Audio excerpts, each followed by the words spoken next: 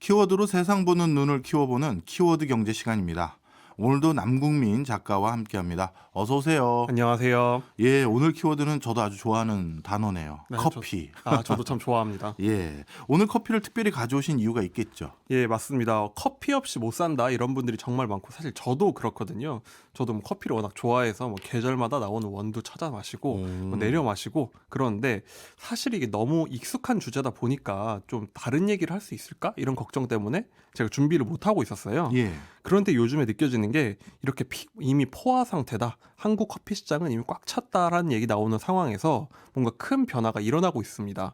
그래서 오늘은 이렇게 수십 년을 이어온 우리 커피 문화가 뭔가 바뀌고 있는 지금 어떤 변화가 있는지 한번 이야기해 보도록 하겠습니다. 저는 주변에 돌아다니면서 이제 사거리에 커피숍 한 3개, 4개 있는 상황 보고 그냥 포화 상태다 이렇게만 생각했는데 뭔가 변화가 생기고 있습니까? 사실 지난 수년간 많은 분들이 창업도 하고 또 브랜드도 많이 등장했는데 그래도 최근 수십 년은 스타벅스로 대표되는 대형 프랜차이즈 카페 시대다 이렇게 말할 수 있었거든요. 그렇죠. 2010년대 전후로 이런 카페 프랜차이즈가 정말 많이 생겼죠. 그리고 그 중에서도 상당수가 정리가 됐고 일부 대형 브랜드 중심으로 지금 안정화되고 있는 상황인 거죠. 그런데 일부 중저가 브랜드를 제외하면 사실상 스타벅스의 시대다 이렇게 말할 수 있는 게 지금 상황이었어요. 예. 그런데 최근에 이렇게 절대 강자가 있고 카페도 많은 시장에 뛰어드는 해외 브랜드가 잇따르고 있습니다. 조용하던 커피 시장이 이제 뭔가 새로운 도전자가 나타나고 있는 건데요. 그러니까 지난해 캐나다에서 캐나다의 국민 커피로 불리는 팀 홀튼이 우리나라에 문을 열었거든요. 예. 제 주변에서도 이제 캐나다 유학해온 친구들이 야 이게 우리나라에 들어올 줄 몰랐다 이런 얘기를 하더라고요. 그래서 기대도 안 했던 해외 브랜드가 들어오고 있고 또 이 브랜드는 한 곳만 연 것도 아니고 서울 전역에 계속 점포를 늘리겠다 이런 반응을 보이고 있거든요. 예. 그리고 이 브랜드만 그런 건 아닙니다. 그러니까 미국의 유명 커피 브랜드도 들어오는데 미국에서 특히 스페셜티라는 커피로 유명한 인텔리전시아인데 여기도 들어오려고 하고 있고 예. 또 서부의 유명 커피 브랜드인 피치 커피도 국내 진출을 검토하고 있습니다. 제가 지금 말씀드린 것 중에 스페셜티 이게 뭐지? 생각하는 분들이 꽤 있으실 텐데 예. 이 부분은 조금 제가 뒤에 설명해 드릴 텐데 아주 중요한 키워드고요. 예. 그리고 또 하나 더 하면은 싱가포르 여행 간 분들은 한 번쯤 가보셨을 바샤 커피라는 브랜드도 국내에 진출할 예정입니다.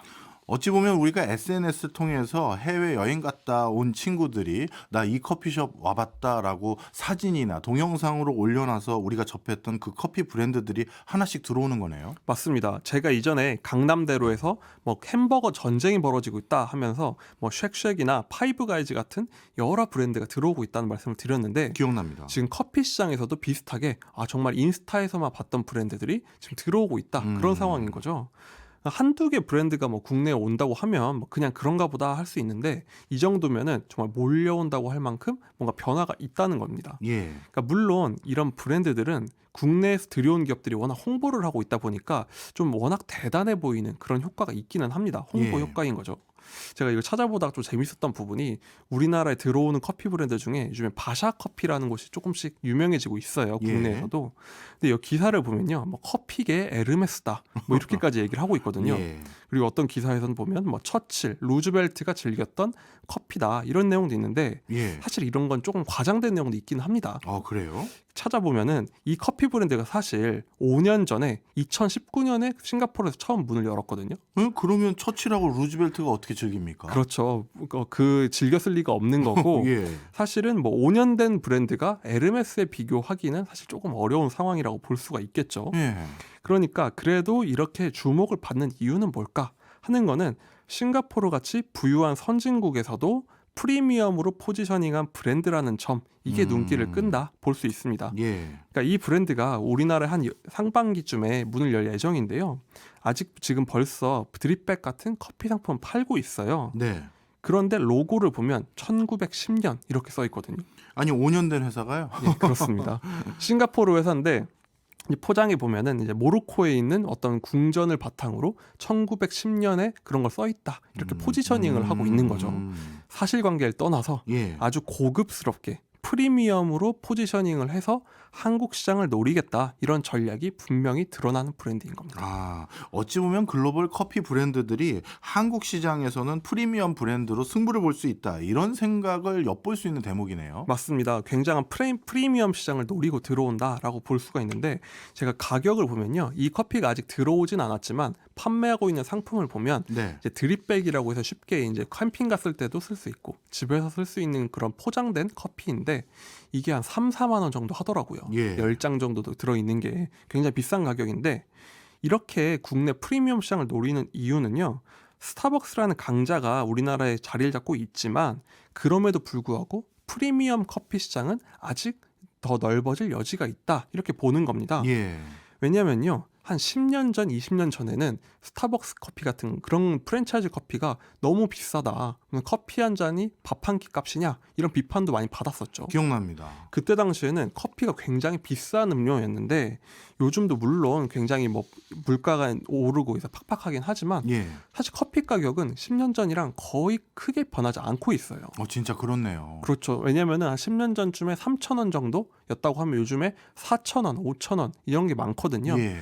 그런데 그 사이에 서민 음식의 대표인 국밥은 10,000원이 넘는 경우가 많아졌죠. 그렇죠. 그러다 보니까 다행히도 한 10년 사이에 커피 가격은 거의 그대로 많이 안 오르다 보니 그렇게 나온 틈이 뭐냐? 프리미엄 시장이 많이 비어 있다. 이게 한국의 커피 시장이다. 이렇게 브랜드들은 보고 있는 겁니다. 네. 만약에 프리미엄 전략을 쓰려면 단순히 비싼 것만 가지고는 승부를 볼 수 없을 텐데 비싼 거 말고 뭔가 특별한 게 있습니까? 그렇죠. 물론 뭐 유명 브랜드라고 그런 커피들이 비싸게만 판다고 프리미엄이다. 이렇게 볼 수는 없잖아요. 예. 그래서 새로 진출하는 커피들의 전략의 핵심은 개인이다. 이렇게 말씀을 드릴 수 있습니다. 개인이요? 카페, 뭐 또 커피숍 이런 것과 개인이 어떻게 결부되는지 잘 모르겠습니다. 이런 브랜드들의 전략을 보려면은 조금 우리나라의 커피 시장이 어떻게 흘러왔나를 간략하게 좀 봐야 하는데요. 예. 우리나라 커피 시장은 크게 보면 1, 2, 3세대로 나눌 수가 있습니다. 예. 물론 최근의 변화가 3세대라고 할 수 있고요. 1세대 가장 처음으로 거슬러 올라가면 이게 한 1970년대 무렵입니다. 뭐 이제 옛날 얘기인데 이때 당시에 커피는 뭘 하고 있었냐? 지위를 파는 상품이었다. 이렇게 볼 수 있습니다. 지위요. 이때 1970년대 경제 성장이 막 이루어지니까 우리나라에도 이제 부유층들이 이제 형성이 됐죠. 이들이 커피를 어디서 즐기기 시작했냐면 주로 호텔이나 백화점 같은 곳에 있는 아주 고급 상업시설에서 즐겼던 거예요. 예. 그러니까 자기들은 돈이 많고 하니까 이런 비싼 시설에서 커피를 마신다는 게 뭔가 지위를 드러내는 과시의 수단이었던 거죠. 예. 그러다 보니까 사실 마시는 게 중요한 게 아니라 지위를 보여주는 게 중요했잖아요. 예. 당시에 커피의 수준 자체는 좀 열악한 상황이긴 했습니다. 이때 커피하면 딱 무슨 키워드가 있냐면 쓴맛 이렇게 말씀드릴 수 있습니다. 어찌 보면 그냥 흉내만 낸 것 같네요. 그렇죠. 사실 커피가 많이 관가되고 있는 사실이 커피는 사실 과일이거든요. 그렇죠. 근데 우리가 공산품처럼 생각을 하지만 이게 굉장히 예민한 일종 식료품인 거예요. 그런데 그러다 보니까 유통 관리가 쉽지가 않습니다.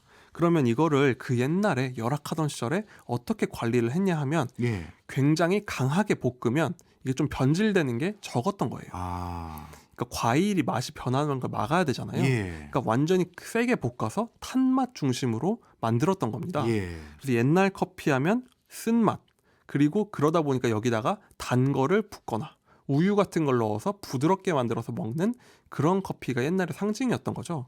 즉 1세대에서는 커피의 맛보다는 자기들이 어디서 먹느냐는 그 지위를 보여준다. 이게 중요했던 겁니다. 그렇네요. 저도 옛날 영화 장면들 보면 단순히 커피는 검은 물보다는 뭐 프림이라든가 설탕 이런 걸 잔뜩 타서 베이지색을 보이는 커피가 더 많았던 것 같아요. 맞습니다. 저도 예전에 제 할아버지 커피를 타드렸던 기억이 나는데 네. 거의 커피의 절반은 설탕, 절반은 프림 이렇게 많이 드셨거든요. 예. 그러니까 사실 이런 시대가 오래 이어오다가 2세대로 접어드는데요. 그 분기점은 한 1990년대쯤 이때부터 우리나라에서도 지금은 익숙해진 프랜차이즈 커피가 조금씩 성장하기 시작합니다. 예. 그러니까 우리가 익숙한 아메리카노 문화가 자리 잡기 시작한 게 이쯤부터라는 거죠. 네. 이 아메리카노 문화는 우리가 어떤 식으로 이해하면 될까요? 이 시대를 2세대를 상징하는 키워드는 공간인데요. 공간이요? 예. 우리나라는 많은 분들이 우리나라 카페 정말 많아. 뭐 카페 공화국이다. 이런 얘기까지 하잖아요. 예.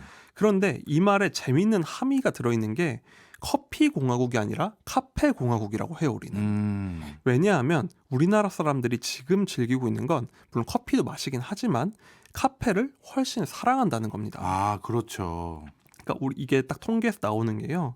전 세계에서 인구당 카페 수를 보면요. 최근 자료에서 우리나라는 인구 100만 명당 카페가 1384개입니다. 예. 이거 압도적 1위인데 2위가 일본이거든요. 예. 근데 일본은 겨우 529개예요. 우리나라랑 거의 3배 차이 나네요. 맞습니다. 2위가 우리랑 3배 차이니까 예. 우리나라는 정말 인구 대비로 하면은 거의 세계에서 압도적인 카페의 나라다. 이렇게 볼 수 있는 겁니다. 그렇네요. 그런데 여기서 의문점이 드는 게 예. 우리나라만 커피를 마시는 것도 아니고 일본이나 미국 그리고 유럽 이런 나라들은 아주 역사가 오래된 커피의 나라잖아요. 예. 우리나라는 어쩜 이렇게 앞서 있나 보면은 커피는 사실 우리나라에서는 어떤 카페를 가기 위한 수단이다 이렇게 볼 수가 있는 겁니다. 딱 지금 말씀드린 카페랑 대비되는 게 뭐냐면 커피는 얼마나 수입하느냐 이걸 보면은 정확하게 그 나라가 커피를 얼마나 사랑하는가를 볼 수가 있거든요. 예. 왜냐하면 커피는 주로 열대지방에 상대적으로 소득이 낮은 나라에서 만들어서 이제 고위도에 이제 좀 잘 사는 나라로 오기 때문인데 이 통계를 보면요. 우리나라는 10위권 안에 아예 이름도 없습니다. 아, 그래요? 예. 이 미국이 압도적이고 대부분 뭐 일본 그리고 유럽, 캐나다 이런 나라들이 다 차지하고 있고 우리나라는 아예 보이지가 않아요. 네. 이 말은 뭐냐면 우리나라 사람들은 카페를 가는 거지 커피를 그렇게까지 사랑한다고는 볼 수 없다는 거죠. 아직 이해가 안 가네요. 예를 들어서 카페를 그렇게 많이 가고 다양한 장소에 간다면 당연히 원두 수입량도 많을 것 같은데. 그렇죠. 이게 어떻게 이렇게 차이가 나냐고 보면요. 우리나라와 다른 나라들이 커피의 소비 문화가 다르기 때문이다. 이렇게 볼 수가 있는데 예. 앞서 말씀드린 그런 커피 선진국들, 역사가 뭐 100년, 200년 된 나라들은 주로 이거를 일종의 식료품으로 보기 때문에 예. 집에서 직접 갈아서 내려 먹고 집에서 뭔가 차처럼 마시는 문화가 보편적입니다. 예. 근데 반면에 우리나라는 커피라는 게 카페를 가기 위해서 어쩌면 카페에서 마셔야 되는 그런 일종의 음료 중에 하나다 이렇게 볼 수가 있다는 겁니다. 공간을 얻기 위한 자리세 같은 거네요. 그렇습니다. 사실 한국에서는요 카페를 빼면은 딱히 어디 도심에서든 어디서든 가 있을 때만가 없다는 거예요. 맞아요. 해외에 나가보면 제가 가장 느끼는 게 정말 지나가다가 이제 몇 블록 지나가면 조그마한 공원이 나오고 예. 또 거기 벤치가 있어서 거기서 쉬는 사람도 많고 그냥 햇볕 받으면서 바깥에 있는 분들도 많고 예. 그렇잖아요. 그런데 우리나라에서는 큰 도시는 뭐 서울, 부산 이런 데 가도 그냥 길에서 어딘가에서 잠깐 쉴 만한 곳이 정말 부족하다. 맞아요. 이런 상황이고 또 우리나라는 계절이 워낙 사계절이 들쑥날쑥하다 보니까 밖에서 뭘 하기가 굉장히 힘들거든요.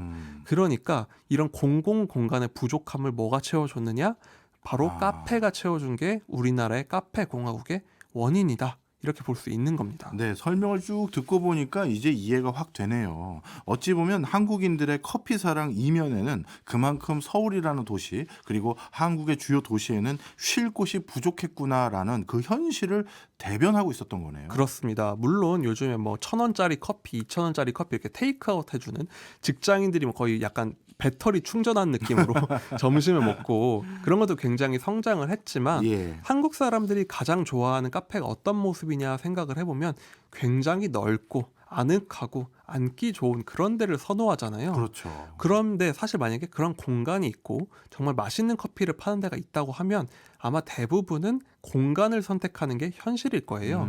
그게 그만큼 도시가 뭔가 편하고 쉴 곳이 없다. 그래서 카페밖에 없는 게 지금 2세대 커피 문화의 모습이다라고 할 수 있는 겁니다. 그렇군요. 그러면 이제 3세대를 앞두고 이제부터는 그러면 우리가 커피 본연의 그 맛을 즐기는 상황까지 왔다. 이렇게 봐도 되는 겁니까? 그렇습니다. 요즘에 나오는 변화가 이제 그러면은 공간 다음 그럼 진짜 커피 그 자체로 좀 가보자. 이게 요즘 변화의 키워드다라고 말씀을 드릴 수가 있는데요. 예. 이전까지 카페의 선택 기준은 뭔가 하면 넓고 와이파이 잘 나오고 와이파이 맞아요. 콘센트 많고 예. 이런 거였잖아요. 근데 요즘 노리는 건 뭐냐면 우리도 좀 맛있는 커피, 다양한 커피로 가보자는 거예요. 예. 물론 지금 프랜차이즈 커피들이 맛이 없는 건 아니죠. 다양한 메뉴도 개발을 하고요.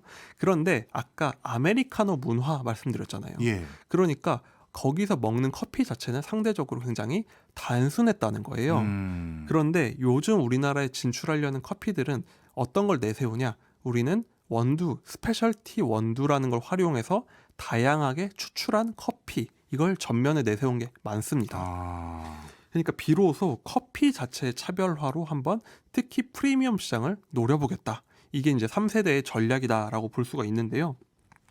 어떤 게 있냐 말씀을 드려보면요. 네. 스페셜티라는 게 뭐냐면 우리 예를 들면 커피 시킬 때 원두 고르는 게 경우 많지 않습니다. 그렇죠? 네, 별로 없죠. 뭐 시킬 때 뭐 따뜻한 거냐 차가운 거냐를 고르지. 굳이 하나 더 하면 뭐 고소한 거예요, 뭐 그쵸. 이런 거. 뭐 이건 구수한 맛이고요. 이건 좀 뭐랄까 셔요. 이렇게 예. 막 설명은 해주는 정도잖아요. 그런데 우리나라에 진출하려는 해외 브랜드들, 고급 브랜드들 같은 경우는 아예 원두 중심으로 뭐를 고르고 주문하는 이런 경우도 많고요. 추출법도 지금은 딱 알바생들 하는 걸 보면 뭔가 기계 소리 난 다음에 칙 소리가 나면 에스프레소가 나오는 그게 일관되게 모습인데 네. 요즘에 들어오려는 브랜드들은 보면은 뭐 바리스타가 직접 내려주는 뭐 푸어 오버 방식도 있고 케맥스란 기구를 쓰기도 하고 예. 여러 추출법을 활용하는 거예요. 네. 그러면 원두도 다양해지고 추출법도 다양해진 걸 고르게 해준다는 거죠. 그렇군요. 어찌 보면 이제 우리나라에서 이제부터 커피가 더 고급화되고 또 다양화될 가능성이 높다. 이렇게 봐도 되겠네요. 그렇습니다. 이제 정말 프리미엄이 그럼 뭐냐? 다시 처음에 질문으로 돌아와 보면요.